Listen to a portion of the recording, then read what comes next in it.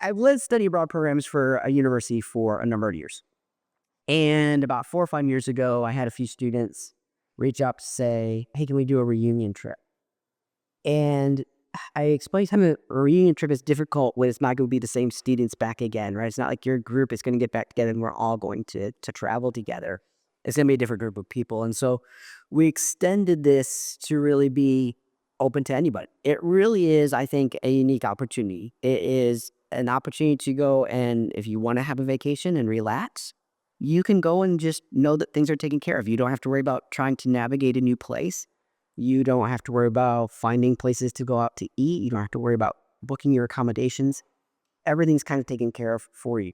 I think one of the fun ones from our last program, just this last summer, was we were in North Wales and in a place that Shelly and I have been at least a couple of times previously.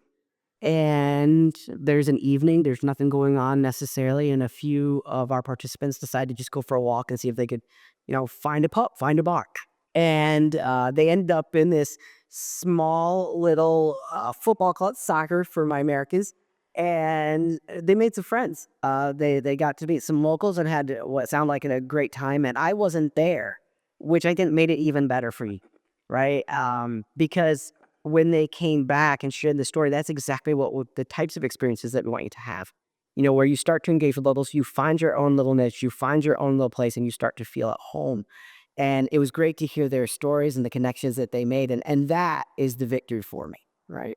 The notion that we are a small group, and with our university programming, the fun part is we've played a little bit with the numbers, trying to ensure, as many students as possible could go. We've gone as big as 23, and it's too much. We can do it, but it changes the dynamic. It changes the culture. And we're still operating within the premise of the 9-passenger vans. And you don't realize what a benefit that is. Not only can we divide up and we can go different places, we can split up as a smaller group. Many instances, someone will go one place and we'll go another. Hiking would have been last summer. Everybody wanted to go to Mullen Cove. Someone else was not really comfortable with that, so we took them somewhere. I took that person somewhere else, and then we met back up later. And I've traveled in the larger tourist groups on the bus, the big bus.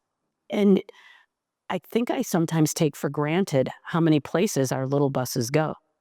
And it's a blend of tourism and travel and cultural immersion that you don't know how to do or that you can do until you're kind of shown. We can talk to it, we can speak to it on so many levels. But so many people have the aha when they're actually with us, because we can tell you about the vans, we can tell you about the semi-curated experience.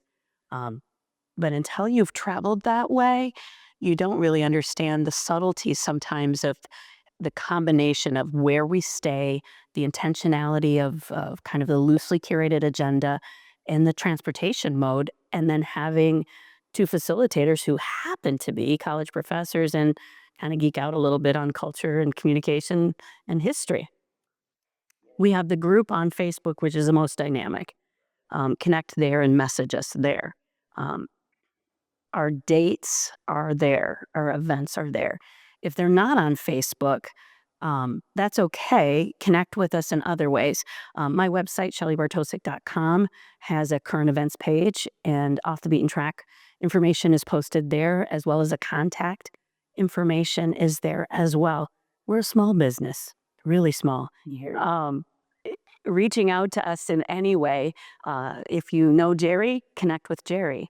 If you know myself, reach out to me. Our goal right now is to continue programming every year, and we want you to know that we're scheduling something. So now's the time to think about either becoming a part of the Facebook group to learn about the program, or submit a deposit for one of the programs we have coming up in the next year. And once you're in the deposit group, then we have a small group for specifically that travel year. But you can stay in touch with us. And right now, the best way to connect with us is on Facebook.